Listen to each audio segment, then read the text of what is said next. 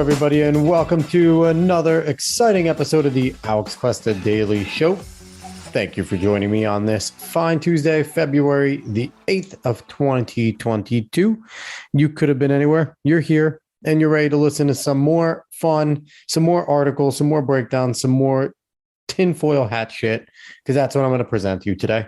Before we get to that, I always need to remind everyone, because it is very important. Please give me a like, share, follow, subscribe, rate 5 stars if you're on Spotify or iTunes, and always spread this show word of mouth, because it's the most powerful way to grow it and to get out some of these interesting articles that I cover and to give some of the opinions that I do. I'd like to think that what I do, I give opinion and I try to give educated analysis. When I don't know about a topic, I really try to research and get educated on. And I just try to give out, I don't think I'm any different than some of these opinion columnists, except I actually have the ability to think for myself on a lot of this shit. So where they are kind of just parrots of whatever they see and whatever cue card they get put in front of them. But overall, yeah, I'd like to think that this is good stuff that I'm providing. So please do all that. And as always, if you want to search on the socials for the Alex Cuesta Show, you will find us anywhere on social media that way. So as always, as we started, we are going to give the Biden COVID tracker. I don't have a ticker running because there is no video here, but I am going to give you the running numbers because they are important. So let's go back to yesterday, the 8th. We were at 76,505,422 cases and 902,624 deaths. So again, as of yesterday, officially, I think it might have happened on the 7th later in the day, but yesterday, officially to me, we cracked the 900,000 death mark. So that is a big milestone, a grisly milestone, and one that, is going to hurt Joe Biden, even though the leftist media is trying to keep this out of the light, but I am not. So here we go. As of today, the 9th of February, our cases are now up to 76,852,768. And that is an uptick of 347,326. As for deaths, we are now at 905,543. That is up 2,919. So cases ticked well up, more than they did yesterday. And listen, I messed up here. We're on the 8th. Wow. Yesterday was the 7th. Today's the 8th. So disregard when I said 8th and 9th before. Yeah. Cool me. But yeah, anyway, we are way up in terms of cases. It was only 89,000 and 90,000 yesterday-ish. Now it's closer to 350 again. In terms of deaths, we're, kind of staying right near the high 2000s number. So hopefully that death number stays low. I am not hoping for Joe Biden to be unsuccessful in this. I don't want people to die. That sucks. But I am going to hold him to account because no one else is right now. So we got to hold him to account. So before I jump into my main article, I read, like I always do, I read a ton of articles today. And I need to mention these articles because they were close runners up in terms of what I was deciding to do. So first, New York Post has an article, Olympians in tears over poor living conditions, lack of food at Winter Games. Anyone that's listened to any of my conversations about the Winter Olympics, we did a whole episode, me and David, about it. They know that we should not be having these games in China. Everybody knows we shouldn't be having these games in China. How the fuck they got the games awarded to them then, again, after Beijing Summer Olympics was such a disaster. Such a disaster with the fog and all the conditions. And it seems like it's even worse now. The authoritarianism has gone way up. Athletes are barely being fed. They're being stuck in quarantine. They're being malnourished. They can't compete properly. Things are bad there. How nations are putting up with this is bizarre. So it's not a good situation. That article over there was written by Jenna Lemoncelli. That's a great name. Jenna Lemoncelli. That article was written there. The next one is from The Hill. And this one was written by Sarakshi Rai. And it's New Jersey governor ending school mask mandate report. So the actual headline is positive. Thank God. School mask mandates are fucking stupid. We should take masks off in general, but getting them off our kids first is a great step. What you need to read this article is to see how different of a tone is taken when it is a leftist governor doing something like this, as opposed to Ron DeSantis, Glenn Youngkin, Governor Abbott saying, no more masks on kids. All of the battles and wars that those governors, because they are conservatives, because they're on the right, had to go through. Let's see what Phil Murphy goes through, if anything. According to this piece, read it. It is very puffish. It is not vindictive. It's not coming down. They do peddle the nonsense that the Biden administration is now trying to do, where we have to learn to live with this. We're not going to get this to zero. They're admitting defeat on COVID-19 when all these assholes said that Biden was going to be the one to take care of it. So let's not let them off the hook on this. Don't run your campaign saying you're going to take care of this and now backtrack and say, we're not going to win. It's got to learn to live with it. And AKA learn to live with it. Do whatever the fuck we say, the government. It's going to coincide with the article today, though. Let's keep going with some of my recommendations. SciPost.com is one. I've never heard of them before this either, but they had a really interesting article. It was named Study Provides First Evidence of a Causal Link Between Perceived Moral Division and Support for Authoritarian Leaders. This article was by Eric W. Dolan, and it talks about a research piece done by Charlie R. Crimston. And, outside of the liberal bias, they call Donald Trump an authoritarian when, if you look at the way Donald Trump governed the actual company, he was one of the least authoritarian presidents we've had in a long time.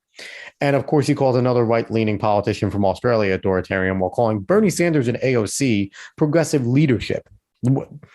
Aside from the bias, the research is actually pretty cool on why people do lean towards authoritarians in, times of perceived division. So read that. It's pretty interesting. Disregard the liberal bias, because obviously the professor's a moron politically, but research was pretty good. And the last one before we jump into our main article was from Carbuzz. Again, never heard of it. Cool article, though. This one was by Michael Butler, and it was about electric vehicles. 3G shutdown will leave some electric vehicle owners with nowhere to charge in public. That's concerning for people that have taken stock into electric vehicles. I know there's been a lot of people that have bought their Teslas. Hyundai's been leading the charge on these two. GM is looking to build up their arsenal. Verizon's the last 3G company holding on, and they're going to halt by the end of this year. So a lot of these charging ports run off the internet, and they've been running off of the 3G support. So without that, it could crash some, and these companies that are running these are going to be forced to upgrade to 4G or better, which is going to make it more expensive, because to run a better system, they're going to charge you more money because they're now going to have to upkeep that system. So, and also just the volatility of this technology still. That's one thing that we see, the volatility of this technology. Am I against electric? In a way, yeah, because it's more coal. If you're really a person that thinks coal's polluting, you're an idiot if you think that we're going to be able to have electric without coal. Not going to friggin' happen unless we go all nuclear, but psycho-environmentalists don't want to admit that nuclear is better than wind, solar, and hydro. I digress. That's a whole entire episode. But this is concerning. The tech is not there yet, and it's being pushed, and it's concerning. We'll see what the price changes are. We'll see what goes on, but maybe keep an eye on this one because this could be interesting. So those are the 4 articles that kind of made the cut, almost made the cut out of the 5. The one I picked is 100% tinfoil hat, but it's worth it because it's needed to talk about. This article comes from Forbes. Fed designs digital dollar that handles 1.7 million transactions per second. Now, I don't know if I've mentioned my concern about the digital dollar or any of that type of stuff. This one is being known as, I think it's a Fed dollar or Fed, I don't know what it is, but it is concerning because digital currency is not a good thing. But let's read the article. Let's keep going. This is by Jason Brett. He writes about crypto and blockchain. Let's go right now. As a race against China's development of its central bank digital currency, CBDC, known as the digital yen continues, The US Federal Reserve accomplished a feat in testing a design for a US digital dollar that, in one of two tests, managed to handle 1.7 million transactions per second. Now, when you're reading this, if you know nothing about this, you're thinking, wow, that's fucking cool. That's pretty dope. Handling all those transactions. This could be revolutionary, and you're not wrong. This could be revolutionary if it was going to be used benevolently. Let's keep going. A report released last Thursday provided the initial findings of research conducted as a collaboration between the Boston Fed and the Massachusetts Institute of Technology, or better known as MIT, dubbed Project Hamilton. The report describes a theoretical high-performance and resilient transaction processor for a CBDC that was developed using open-source research software called OpenCBDC. Now, this is interesting that they're using open source software. They're using Linux to create this. Now, it makes sense because they're trying to go off the blockchain. Blockchain is all open source. Now, they're trying to present this, and I think that what the feds are trying to do, the Boston Fed, New York Fed, it's all the group. The Fed is a group of banks. They're trying to present this as a crypto or a crypto light or a crypto competitor, Bitcoin competitor. It is not. Don't think that this is going to be anything like crypto, anything like Bitcoin. This is a centralized currency. This is still a fiat currency, just in a digital realm. There is nothing free about this currency. Instead, it's more restrictive than anything. When criminals, you watch any of your criminal shows, right? And what do they automatically do? Ditch the credit card, ditch cell phones, ditch credit card. They could track your cell phone, and they could track your transactions. They could ping you on both of those two things. Imagine if no use for that anymore. You can't just use cash. You can't remain anonymous by transfer of cash. All of that is going to be tracked now. If they go through with this digital currency, they will be able to know every single transaction you make, where you made it from, how much you made it for, and if it complies with what they want you to buy. Let's keep going here. According to the Fed's report, a core processing engine for a hypothetical general purpose CBDC was created that produced one code base capable of handling 1.7 million transactions per second. According to the Fed, the vast majority of transactions reach settlement finality in under 2 seconds. So a hypothetical general purpose CBDC, essentially a centralized currency. It is one that is going to be used generally throughout the United States. So what it is saying there, which is the scary part, is that they can centralize and focus CBDCs. So a hypothetical general purpose, it is an open currency. It is basically a dollar, a regular hand dollar fiat currency that you can exchange. Now imagine if they created something within this to go, no, we want to focus this. We don't think you should buy meat anymore. So you can't use the Fed dollar, the CBDC for the United States on meat anymore. So you can't buy meat. We're done with you buying red meat. That's been a push. We've seen that. Oh, you want some protein? Go get some mealworms. They've been talking about, I've read so many articles about wanting United States to eat bugs as a transition. Fuck you. I'm not eating bugs. Continue to give me my meat. I'm a carnivore. I like meat. But be wary on this type of stuff. They just admitted it. Hypothetical general purpose CBDC, which means that if they can make it a general purpose, they can also make it a focused CBDC. Let's keep going. Quote, "It is critical to understand how emerging technologies could support a CBDC and what challenges remain," said Boston Fed Executive Vice President and Interim Chief Operating Officer Jim Kuna. What a title. "This collaboration between MIT and our technologists has created a scalable CBDC research model that allows us to learn more about these technologies and the choices that should be considered when designing a CBDC." Now, again, be concerned. Be concerned. MIT essentially is private. It's Massachusetts Institute of Technology. I get it. We go to colleges, and the leaders in colleges, our governments constantly are going to them for help because they are the brightest minds on the planet. But just think of what they're trying to create and work to create here. This is something that is absolutely controlling. I warned you about digital passports with the ID.me.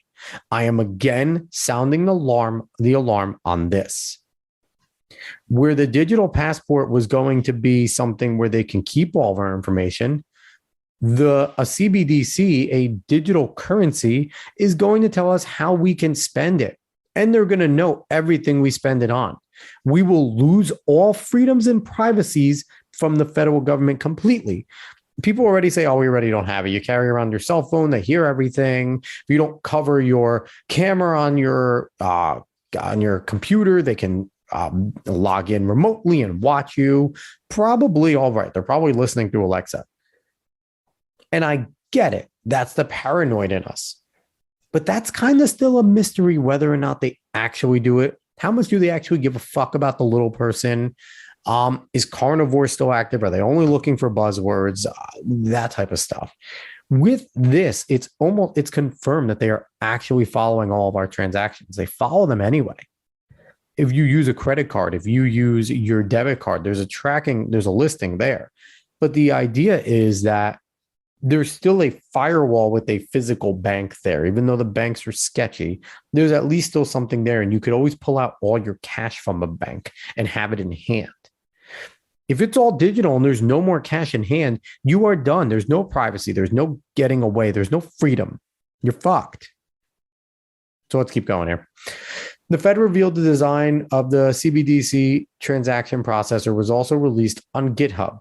According to the Boston Fed, the second phase of Project Hamilton will demonstrate how open CBDC will build upon the initial model to allow flexibility in design that will incorporate how policymakers may implement an actual CBDC. So in order for this to become a thing, people in Congress, this needs to be a thing decided on, that this is what we're going to go with in terms of changing our currency. It's a big move. But again, it's scary. It is a build. Anything with the build can have things put in. And anyone that knows anything about, building websites, building anything, building programs, you can kind of do whatever the hell you want with them. So the flexibility in design to incorporate how policymakers may implement it. So that means that this will be voted on how these can be used. And then what is to say that the lawmakers, because it will be unprecedented having a digital currency and making law on it. Yes, they could just decide, yes, this is our new fiat currency. Central bank's going to recognize it. Boom.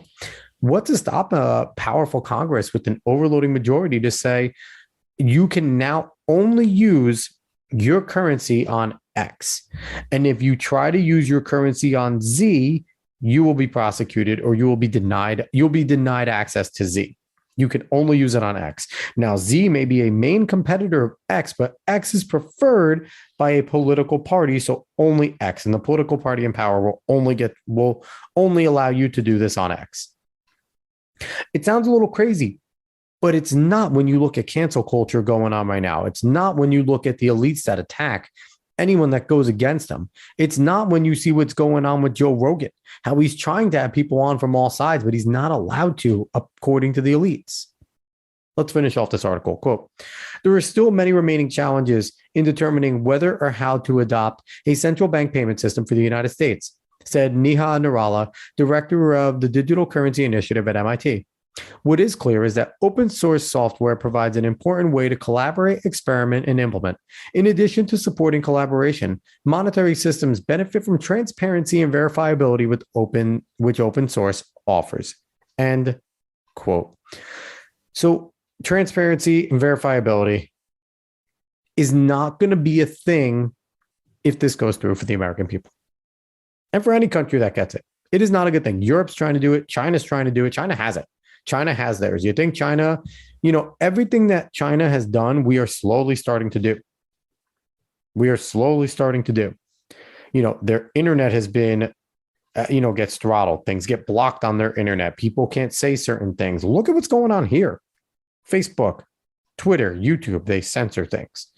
People can't say certain things. People get taken off of the internet. And some of this is by pressure from the government saying to do these things. So it's coming. We see social credit scores in China. What's potentially getting unrolled around the corner here? ESG, environmental, social, and governance. That is a social credit score. It's already starting in the banks. It's already there. If you're an investment firm, anything that has to do with monetary, you need to run off of ESG. I read it not too long ago from World Economic Forum, all these banks that have ESG language in them. And you don't think that's going to trickle down to the people where if we have a digital currency like this, if you're not playing nice by ESG, you're going to be blocked out from things. You're going to have an ESG score built in with this, whether it's a digital passport or whether it's a digital fiat currency controlled by a central bank. Bottom line is they're controlling it.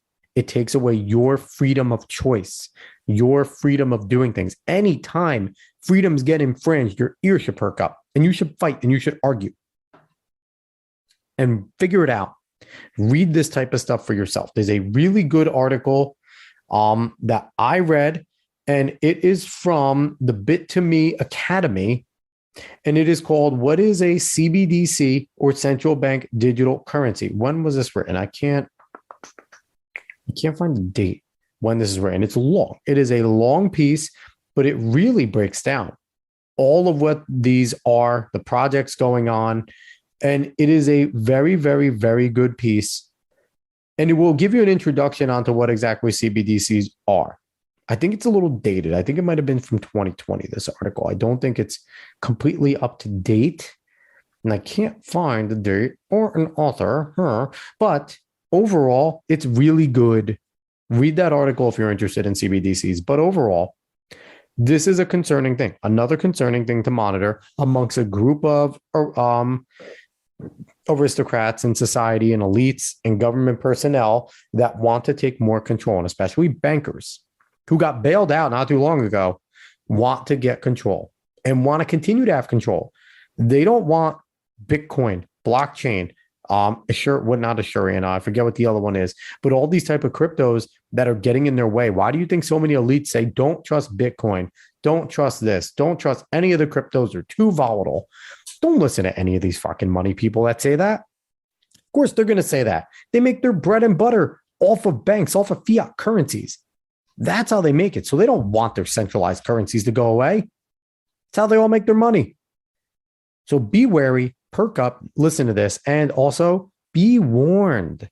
Be warned. If we do go to a central currency, a central digital currency, the money in your bank now will be worth less.